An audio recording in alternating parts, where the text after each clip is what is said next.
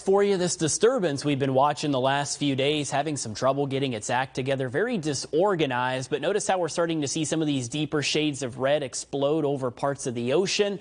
This tells us that it's at least trying to organize and at least do its best to become some type of tropical disturbance. And we still have the same chance as of our 8 o'clock update from the National Hurricane Center. Notice, though, the westward trend of exactly where this particular disturbance is headed and as far as how long it's going to take for it to at least try to gain some strength out there. Now, as it moves farther to the west, there are some mountainous islands, of course, of Hispaniola and Cuba it'll have to go over, but some very rich sea surface temperatures, especially for this time of the year. Our buoy reading showing anywhere from mid and upper 80s to even some 90s popping up across parts of the Gulf as well as the Atlantic. Now, one of the steering mechanisms that's going to determine where this particular disturbance goes is this big area of high pressure, our Bermuda High offshore, clockwise flow around it. If this system were to take a little longer to develop, which is what some of our computer guidance would suggest, it stays on a much farther westward track. If it were to strengthen quicker,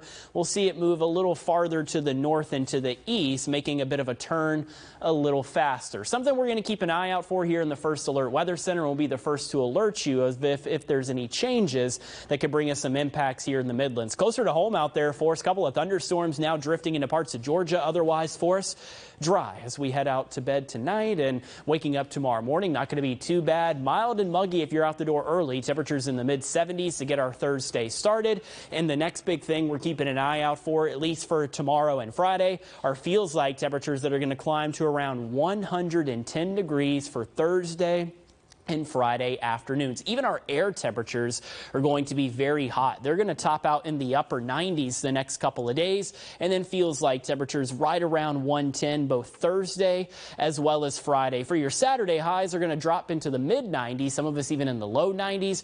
Feels like temperatures still into the triple digits, but the change is that the frontal boundary I showed you off to the north and to the west there across parts of the Midwest, now it gets closer to us as we head into the weekend. With it, showers and storms start to return to the Midlands. That'll begin on Saturday afternoon and evening. A few rounds of rain and thunder out there for Saturday and Sunday as well. A few showers and a few thunderstorms. Daytime highs in the low and mid 90s for both days as we head into this weekend. So something we'll keep an eye out for. Of course, that'll help us cool down, so we'll definitely take it. The next couple of days will be far from cooling down. Feels like temperatures around 110. And then as we look ahead to next week, showers and storms will continue for a few of us out there.